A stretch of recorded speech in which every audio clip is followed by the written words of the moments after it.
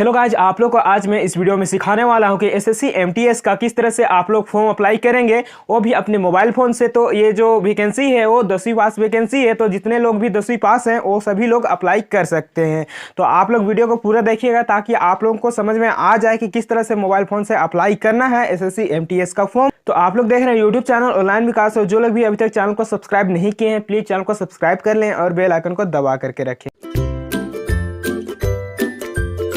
SSC MTS का form apply करने के लिए सबसे पहले आप लोगों को एसएससी की ऑफिशियल वेबसाइट में आना है, जैसा कि आप लोग देख पा रहे होंगे। और जो लोग भी इस वेबसाइट पे नहीं आ पाएगा उन लोगों के लिए मैं डिस्क्रिप्शन बॉक्स में लिंक दे दिया हूं, तो उस लिंक के जरिए आप लोग डायरेक्ट इस वेबसाइट पे आ सकते हैं, इस पेज पे आ सकते हैं।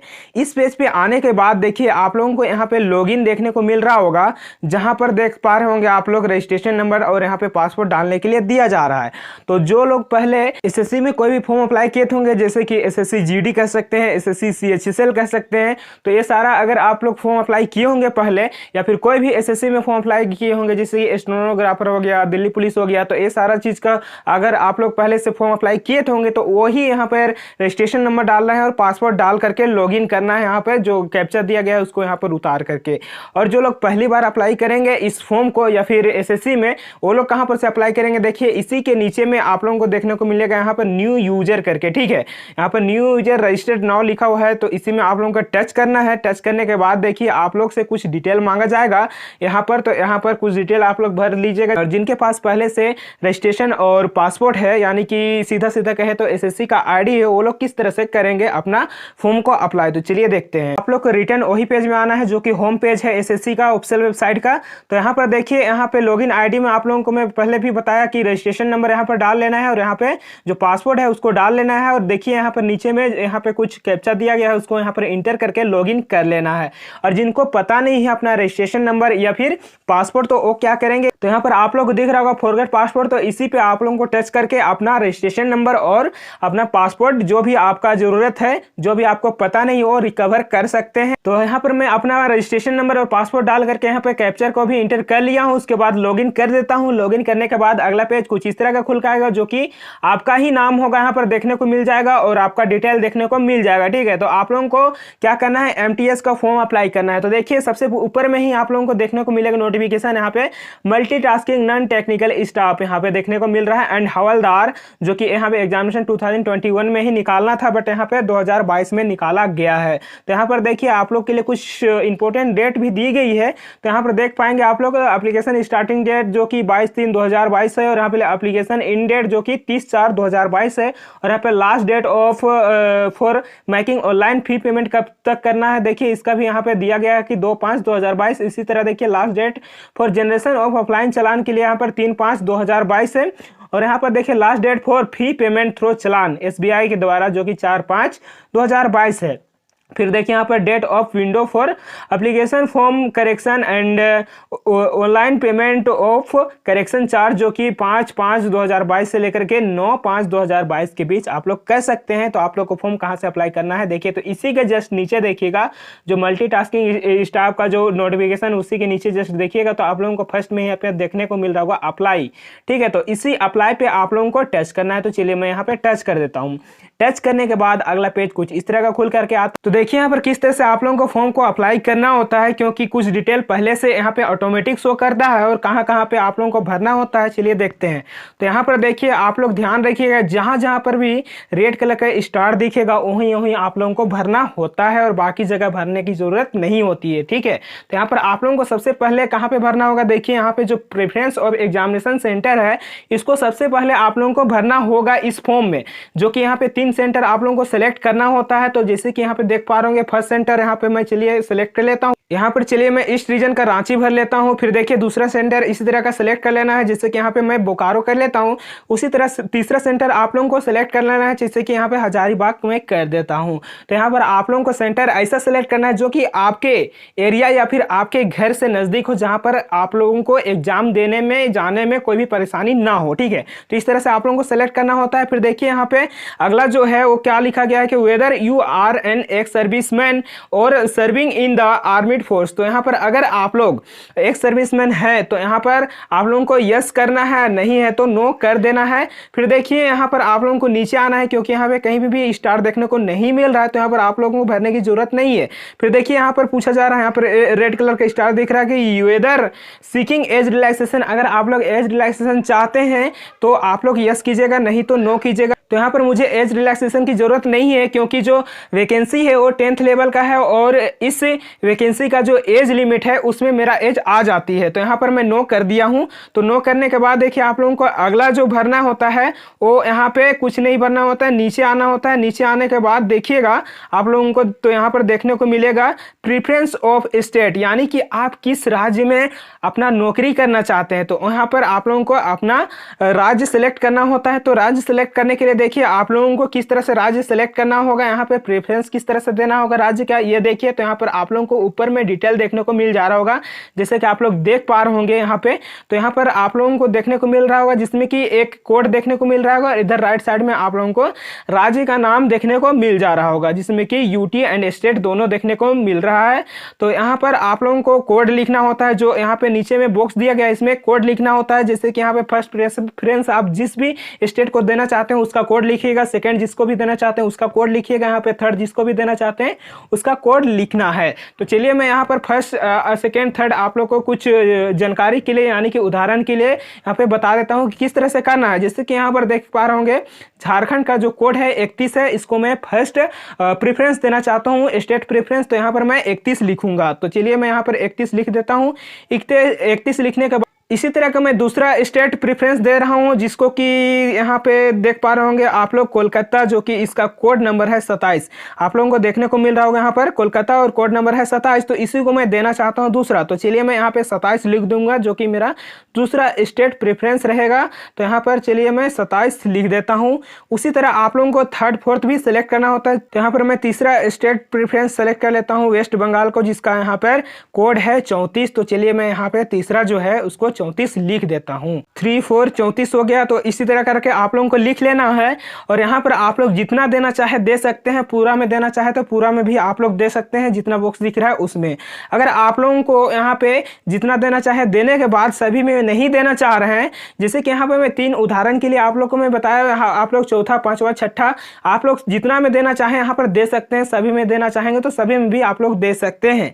और अगर आप लोगों को यहाँ पे सिलेक्ट कर लेना है, जैसे कि 5 6 आप लोग दे लिए, उसके बाद चाहते हैं कि नहीं दे, ठीक है, तो उसके लिए क्या करना है यह भी आप लोगों के लिए भी यहाँ पे बताई गई है। तो उसके लिए आप लोग को क्या करना है, जिस आपका जो लास्ट प्रेफरेंस होगा उसके जो अगला जो बॉक्स होगा उसमें क्या लिखना है, आप लोगों को सेलेक्ट करके यहाँ पे एक्स लिख देना है। एक्स लिखने के बाद जैसे ही आप लोग को ये कीजिएगा, हटाइएगा अपना कीबोर्ड, तो यहाँ पर देखिएगा यहाँ पे ओके करने के लिए आएगा। तो इसको ओके कर लेना है। ओके करने के बाद देखिए जितने भी बाकी जो बॉक्स था उसमें एक्स आ गया, यानी कि एक्स वाले बॉक्स में आप लोग कोई भी प्रेफरेंस नहीं दिए हैं। उसके बाद देखिए अगला जो है वो क्या भरना होता है, तो यहाँ पर हाईएस्ट एजुकेशन क्वालिफिकेशन भरना होता है। तो यहाँ पर आप लोगों को सिलेक्ट करना होता है हाईएस्ट एजुकेशन क्वालिफिकेशन। तो यहाँ पर मैं बीए ऑनर्स सेलेक्ट कर लिया हूँ।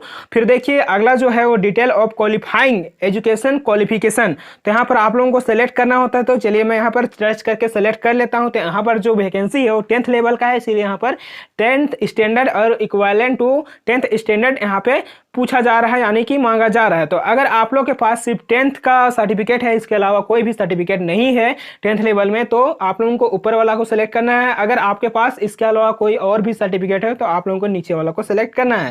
तो चलिए मैं ऊपर वाला को सिलेक्ट कर लेता हूँ, क्योंकि मेरे पास कोई भी उधर सर्टिफिकेट नहीं है। फिर देखिए यहाँ पर आप लोगों को 10th वाला डिटेल ही भरना होता है। बहुतों को ये कन्फ्यूजन रहता है कि यहाँ पर कौन सा भी डिटेल भरे, क्योंकि यहाँ पे हाईएस्ट क्वालिफिकेशन का भी डिटेल यानी कि ऊपर में सिलेक्ट किए हुए रहते हैं और 10th का भी सिलेक्ट किए रहते हैं। तो यहाँ पर आप लोगों को जिस लेवल का वैकेंसी रहता है वो यहाँ पर भरना होता है। तो यहाँ जो वैकेंसी है वो 10th लेवल का है, तो यहाँ पर 10th लेवल का डिटेल भरना होता है। तो चलिए यहाँ पर स्टेटस में सिलेक्ट करना होगा।